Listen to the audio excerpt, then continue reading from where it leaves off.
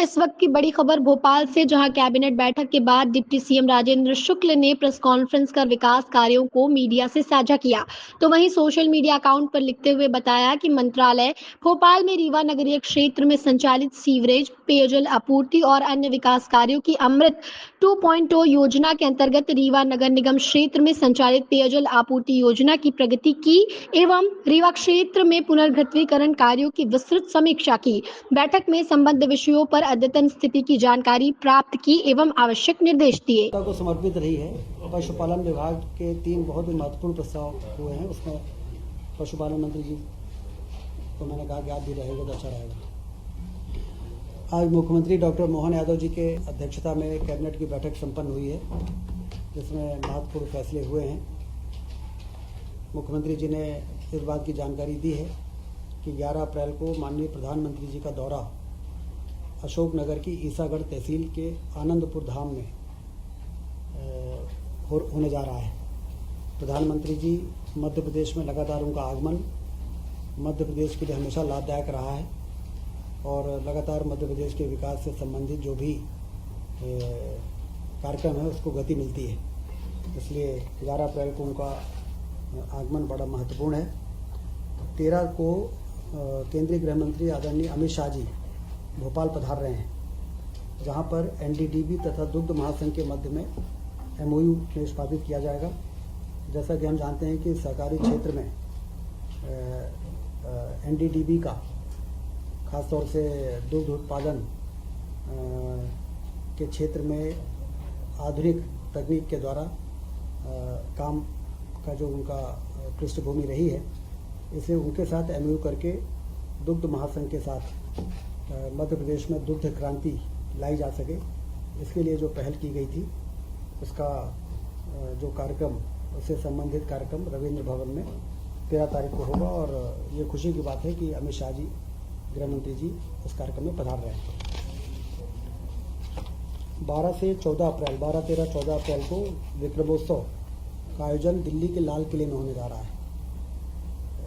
मंत्रिमंडल के सभी साथी इस दौरान वहाँ पर रहेंगे और एक एक्सपोजर, राष्ट्रीय स्तर का एक्सपोजर सम्राट विक्रमादित्य के जो शासन करने की, सुशासन की स्थापना का जो उनका इतिहास रहा है, उसका नाटक के माध्यम से मंचन होगा और राष्ट्रीय स्तर पर उसका व्यापक एक्सपोजर होगा।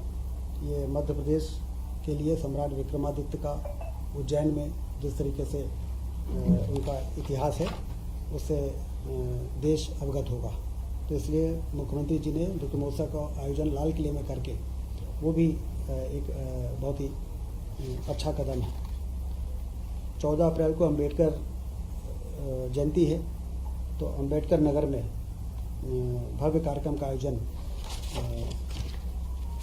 होगा। मध्य प्रदेश को बड़ी उपलब्धि मिली है। राष्ट्रीय राजमार्गों में के निर्माण के लिए 4,303 करोड़ की राशि केंद्र सरकार ने मंजूर की है।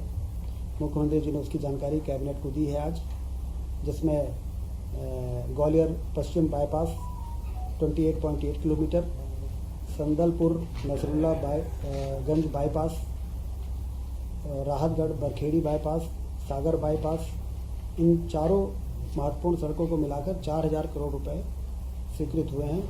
प्रधानमंत्री जी का और केंद्रीय सड़क मंत्री गडकरी जी का कैबिनेट ने आभार व्यक्त किया है। एग्रो विजन मंदसौर, दमोह, मुरैना तथा नरसिंहपुर में इस वर्ष इसका आयोजन किया जाएगा। किसानों की फसलों का उपार्जन के लिए सरकार कटिबद्ध है। वर्तमान में चना, मसूर, सरसों, तुअर और गेहूं के उपार्जन का कार्य किया जा रहा है। समर्थन मूल्य जो तय हुए हैं उसके आधार पर 26 रुपये में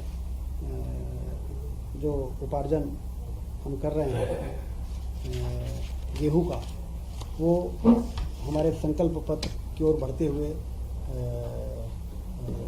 कदम के रूप में देखा जा रहा है। 2700 रुपये 5 वर्षों में गेहूं का उपार्जन हम करेंगे, ये तय किया था प्रति क्विंटल, और अभी 1.25 साल हुए हैं और 2600 में गेहूं का उपार्जन इस वर्ष हो रहा है।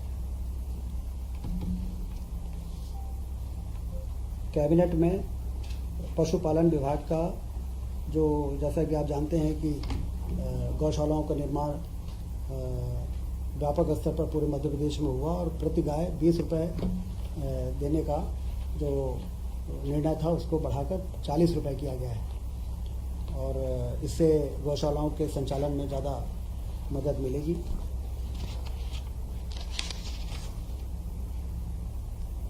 वृहद गौशालाएं बने 5000 मिनिमम गायों की, जिसको गौवंश वन विहार कहते हैं, गौअभ्यारण्य भी कहते हैं। उसके लिए पीपीपी मोड में निवेशकर्ताओं को आमंत्रित करने के लिए पॉलिसी का आज मंत्रिपरिषद ने अनुमोदन किया है।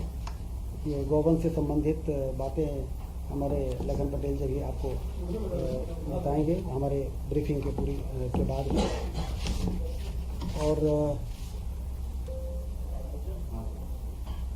तीसरा, मुख्यमंत्री पशुपालन विकास योजना, जिसका कि मुख्यमंत्री जी ने आज डॉक्टर अंबेडकर पशुपालन विकास योजना की निरंतरता के संबंध में जो प्रस्ताव आया था उसको मंजूरी दी है और मुख्यमंत्री जी का कहना था कि 14 अप्रैल को इसको हम लॉन्च करेंगे और डॉक्टर अंबेडकर जी के नाम पर, जो मुख्यमंत्री पशुपालन विकास योजना के नाम पर था, उसको डॉक्टर अंबेडकर पशुपालन विकास योजना के नाम पर ये योजना आगे बढ़ेगी।